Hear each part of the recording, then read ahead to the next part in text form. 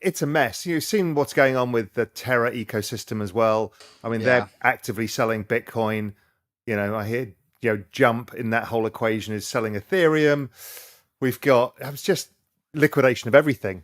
And it's interesting because it's spilling out into the macro world as well, obviously. It's like stuff like oil, which was like the last thing that was holding up the inflation narrative, is starting to get properly clocked.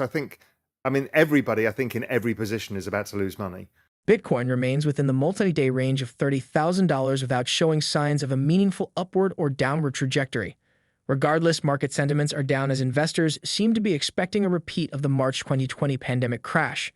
Many are still concerned that the coin will retest $20,000, going even lower than last week's 10-month low of $25,400.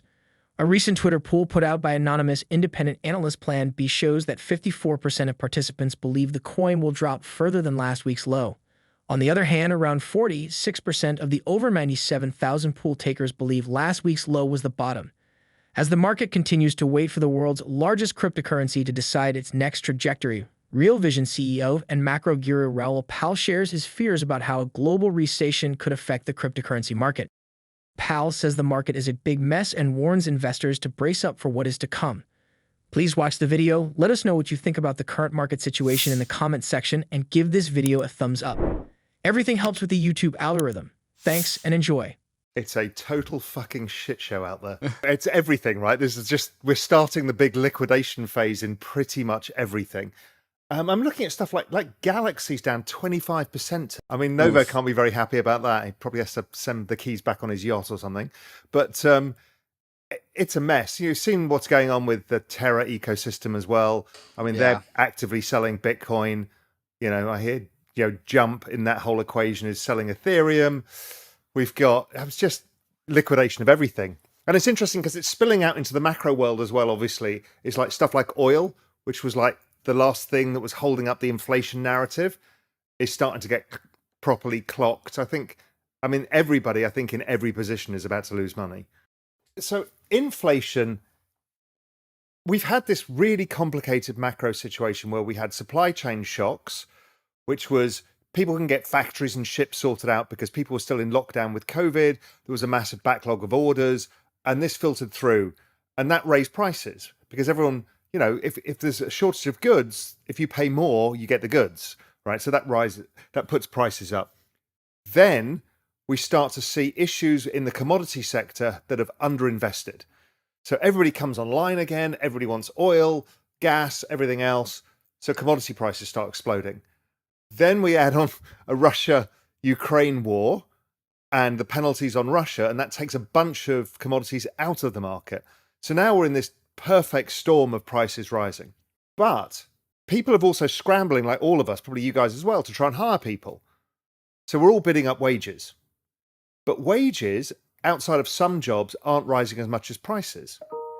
So what we've got is this situation where wages have gone up, let's say 4.5%, and prices have risen 8.5%.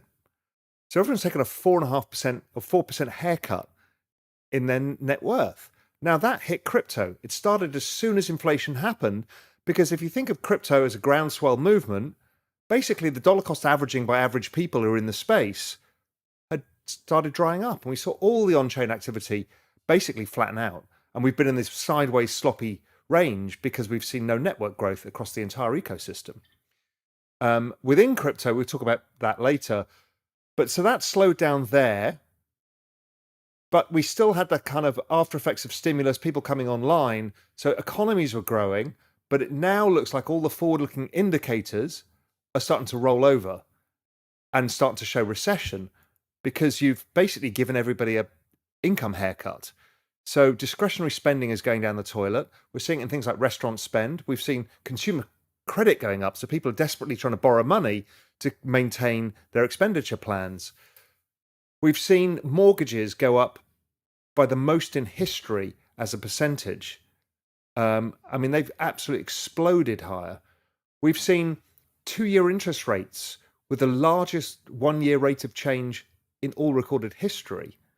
We've seen, so what we've got, if you add all of these things, and we've seen the US dollar going up fast, when you put these things together, what you've got is the fastest tightening of monetary conditions in history.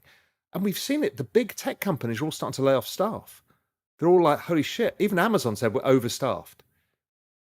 So we've completely turned the economy from, oh, great, we're coming out of recession from the pandemic to, oh my God, we're going straight back into recession. The market's tightened before the Fed even got round to doing it. The market did its job and it stopped economic growth dead in its tracks. Europe's already in recession. China looks like it's in recession and is in lockdown again. To complicate the picture, we don't know what that means for supply chains.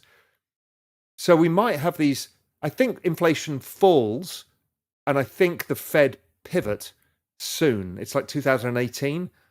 But 2018, the S&P was down 22%. It's only down about 15, 16 now. So I think there's more pain to come before the Fed suddenly realize that growth's gone. And the bond market will tell us that first. It always does. Yields will start falling, and that will be probably the signal, as we had in 2018, crypto stabilizes, the growth end of equity starts stabilizing because they realize that some stimulus is coming. And so there's a lot. It's a bit of a monologue, but there's a lot to get through. Now, if inflation is still high-ish, because it's going to take a while to come down, but I think it comes down pretty fast. But let's say it's still at 5%, and the economy is now headed directly into recession. What do the Fed do? Well, they're unlikely to purely stimulate because optically that doesn't look right. So my guess is they'll do what Europe's starting to do and Japan's starting to do, which is direct transfer payments that I've been talking about for a while, which is basically MMT. So i.e., you give money to the people who need it to cover the costs of their bills going up, and you basically finance it by buying bonds. So I think we're going to see stimulus coming faster than people expect in certain parts of the economy. In Europe, they're doing it for corporations who've got high energy prices, and they're doing it to households. Japan's doing it to households as well. So it's coming. So there's a lot. There's this transition from inflation to demand destruction to stimulus. That cycle is in play.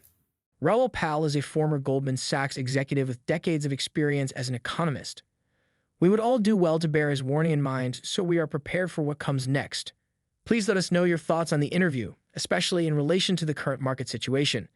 In other news, the Luna Foundation Guard has finally disclosed how it used its over 80,000 Bitcoin reserve while trying to prevent the depegging of the UST, Terra's algorithmic stablecoin. The foundation revealed that it directly sold some of the Bitcoins and traded the others on different dates while trying to stop the collapse of the stablecoin. Here is a part of the foundation's announcement. Transferred 50,189 Bitcoin to trade with a counterparty, net of an excess of 5,313 Bitcoin that they have returned for an aggregate of 1,515,689,462 UST. The LFG also said that Terraform Labs exchanged the last of its Bitcoin reserve on May 10, when the stablecoin dropped below 80 cents. For that final transaction, Terra sold 33,206 Bitcoin for an aggregate of 1,164,018,521 UST. As we all know, neither of the organization's efforts succeeded. As of press time, the Terra USD has dropped to 12 cents. Now, Terra has only 313 Bitcoin left in its reserve. It also owns around 40,000 BNB and 1.9 million Avalanche. Meanwhile, Terra is set to launch a new community-owned token called Terra 2.0. The network plans to fork the Terra chain into a new chain consisting of Terra Classic, the old chain, and Terra, the new chain. The old token will be called Luna, while the old token, which has now crashed to pennies, will become Luna Classic. Starting from May 27, Luna Classic stakers, holders, app developers, and residual USD holders will receive the new tokens in an airdrop. However, after last week's incident, not many investors will be incentivized to put money into the new project. Thanks for watching the video.